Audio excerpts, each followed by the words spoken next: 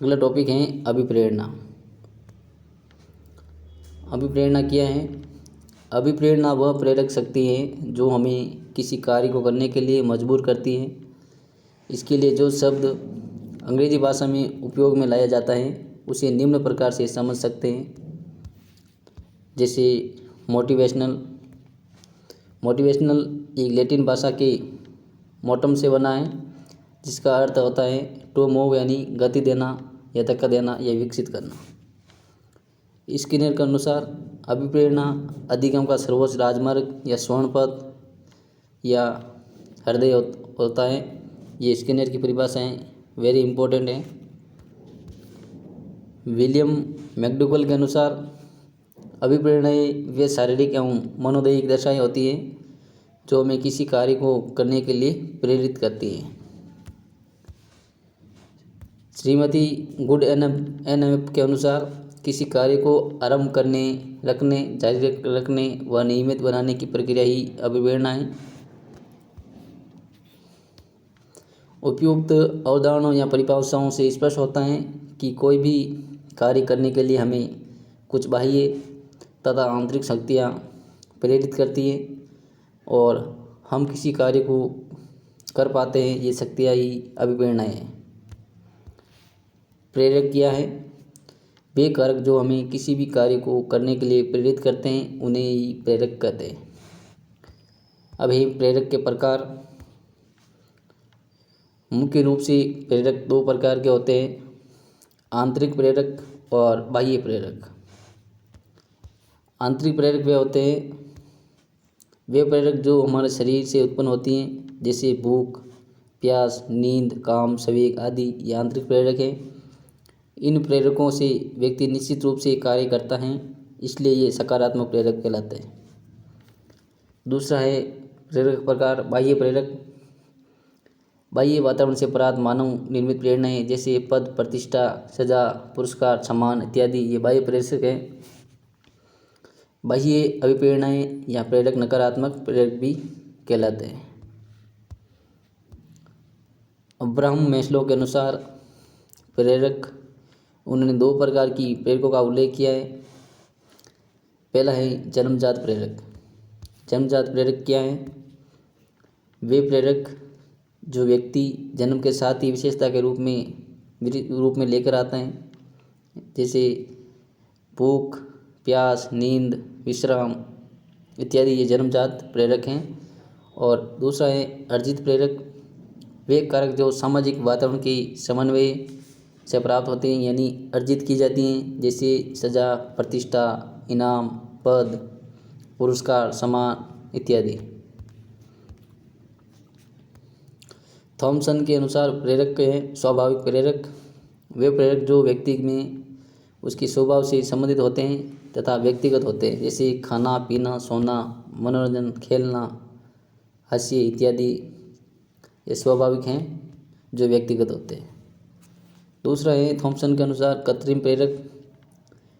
वे प्रेरक जो मानव निर्मित एवं सामाजिक व्यवहार से प्रभावित होते हैं, जैसे पद, पुरस्कार, सजा, सम्मान इत्यादि। गेरेट के अनुसार प्रेरक हैं। गेरेट के अनुसार वेरी इंपॉर्टेंट है।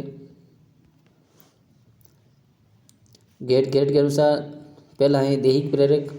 सभी संवेग दैहिक प्रेरक होते हैं जो शारीरिक रूप से प्रभावित करते हैं, जैसे भय, क्रोध इत्यादि।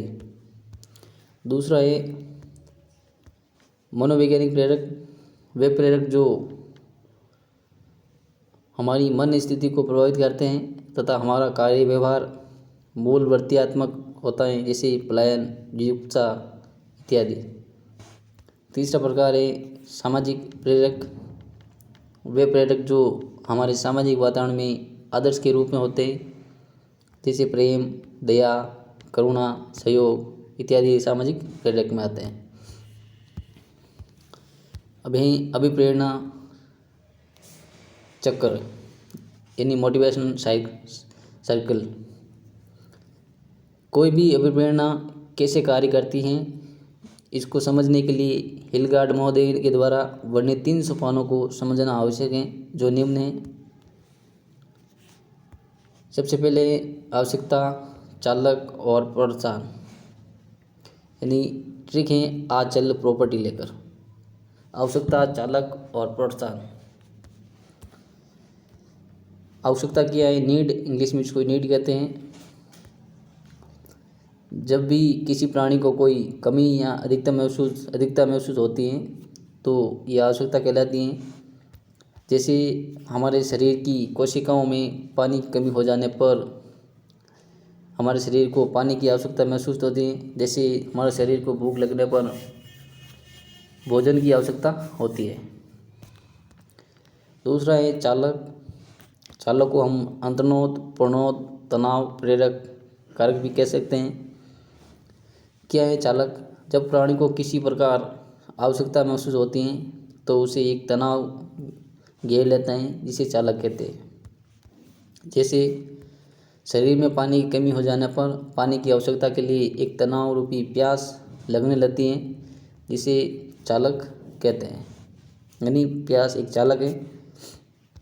आवश्यकता हुई पानी की और इसमें हो गया चालक प्यास। तीसरा प्रकार है प्रोत्साहन। जब कोई भी प्राणी चालक को समाप्त करने के लिए कोई वस्तु लेता है या क्रिया करता है तो वह उसके लिए प्रोत्साहन होता है। जैसे प्यास रूपी चालक के पैदा हो जाने पर के बाद व्यक्ति उसके लिए पानी पीता है तो प्यास बुझ जाती है एवं चालक समाप्त हो जाता है। प्रोत्साहन लेने पर चालक का समाप्त होना आवश्यकता पूर्ति को दर्शाता है। यही अभिप्रेरणा चक्र है। यह है मोटिवेशन का, यानी अभिप्रेरणा का चक्र है। सबसे पहले आवश्यकता है, फिर है चालक, फिर है प्रोत्साहन। ये क्रम है इसका। ऐसे भी क्वेश्चन आ सकता है, जैसे यानी मोटिवेशन नीड का मतलब आवश्यकता, और यह खाली जगह दे रखी है तो इस स्थान पर आएगा चालक।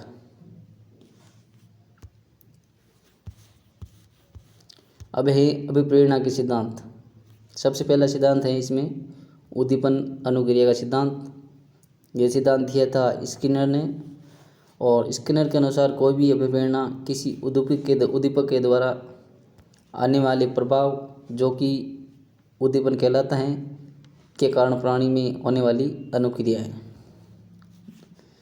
चालक का सिद्धांत ये प्रस्तुत किया था क्लार्क लियोनार्ड हल, यानी CL हल ने यह प्रस्तुत किया। और इस सिद्धांत के अनुसार किसी भी अभिप्रेरणा के लिए चालक जितना तीव्र होता है, अभिप्रेरणा उतनी ही अधिक कार्य करती है। जैसे भूख रूपी चालक पैदा होने पर व्यक्ति भोजन करने का प्रयास करता है। प्रोत्साहन का सिद्धांत, यह सिद्धांत दिया था बॉल्स एवं कॉफमैन ने यह सिद्धांत दिया। इस सिद्धांत के अनुसार प्रोत्साहन के रूप में कोई भी वस्तु या क्रिया व्यक्ति को सुनिश्चित रूप से कार्य करने के लिए प्रेरित करती है। जैसे एक व्यक्ति नौकरी इसलिए करना चाहता है कि नौकरी करने से उसको वेतन या पगार के रूप में प्रोत्साहन मिलता है। चौथा सिद्धांत है मनोविश्लेषण का सिद्धांत। यह सिद्धांत दिया था सिगमंड फ्राइड ने। सिगमंड फ्राइड एक ऑस्ट्रिया के विद्वान थे और ये पागलों के डॉक्टर थे। और फ्राइड के अनुसार निम्न प्रकार की दो प्रवृत्तियाँ पाई जाती हैं जो हमें किसी कार्य को करने के लिए प्रेरित करती है। वेरी इंपॉर्टेंट है। पहली है इरोज और दूसरी है थेनेटोस। इरोज जन्म से संबंधित हैं और निर्माणात्मक प्रवृत्तियाँ हैं, और थेनेटोस मृत्यु से संबंधित हैं और विध्वंसात्मक प्रवृत्ति है। यानी इरोज को जन्म मूल प्रवृत्ति भी कह सकते हैं और थेनेटोस को मृत्यु मूल प्रवृत्ति भी कह सकते हैं। अगला सिद्धांत है उपलब्धि अभिप्रेरणा का सिद्धांत। वेरी इंपॉर्टेंट है और इसके प्रस्तुत करता है डेविस, यानी मैक्लेलैंड द्वारा ये सिद्धांत दिया गया है, मैक्लेलैंड और एटकिंसन द्वारा। उपलब्धि अभिप्रेरणा सिद्धांत के अनुसार किसी भी व्यक्ति के लिए जो अवसरों की उपलब्धता होती है वह उसे कोई कार्य करने के लिए प्रेरित करती है तथा वह प्रेरणा उसके कार्यों में गति को पैदा करती हैं। जैसे किसी भर्ती का विज्ञापन आने पर एक प्रतियोगी तैयारी शुरू करेगा। अगला सिद्धांत है आवश्यकता पदानुक्रम का सिद्धांत, वेरी इंपॉर्टेंट है। ये सिद्धांत दिया था अब्राहम मैस्लो द्वारा, और मैस्लो ने आत्मसिद्धि प्रत्यय का अध्ययन किया और ये स्पष्ट किया कि वह आत्मसिद्धि यानी पूर्ण संतोष की प्राप्ति के लिए कुछ आवश्यकताओं की पूर्ति करता हुआ अंतिम रूप से आत्मसिद्धि की प्राप्ति करता है। और मैस्लो ने इन आवश्यकताओं को एक निश्चित पदानुक्रम में व्यवस्थित करते हुए एक मॉडल पिरामिड के रूप में प्रस्तुत किया है। इसके अंदर इन्होंने निम्न प्रकार के यानी पदानुक्रम पिरामिड बताए हैं अब्राहम मैस्लो के अनुसार। सबसे पहले बताए हैं दैहिक आवश्यकता, फिर सुरक्षा आवश्यकता, स्नेह आवश्यकता, सम्मान की आवश्यकता और आत्मसिद्धि आवश्यकता। सुरक्षा आवश्यकता और दैहिक आवश्यकता प्राथमिक आवश्यकताएं हैं, और सम्मान आवश्यकता और स्नेह आवश्यकता माध्यमिक आवश्यकताएं यानी मध्यम अवस्था है आवश्यकता, और आत्मसिद्धि है उच्चतर आवश्यकताएं। सुरक्षा और दैहिक आवश्यकता ये जन्म से लेकर यानी शेष अवस्था में पाई जाती है, जैसे रोटी कपड़ा इत्यादि की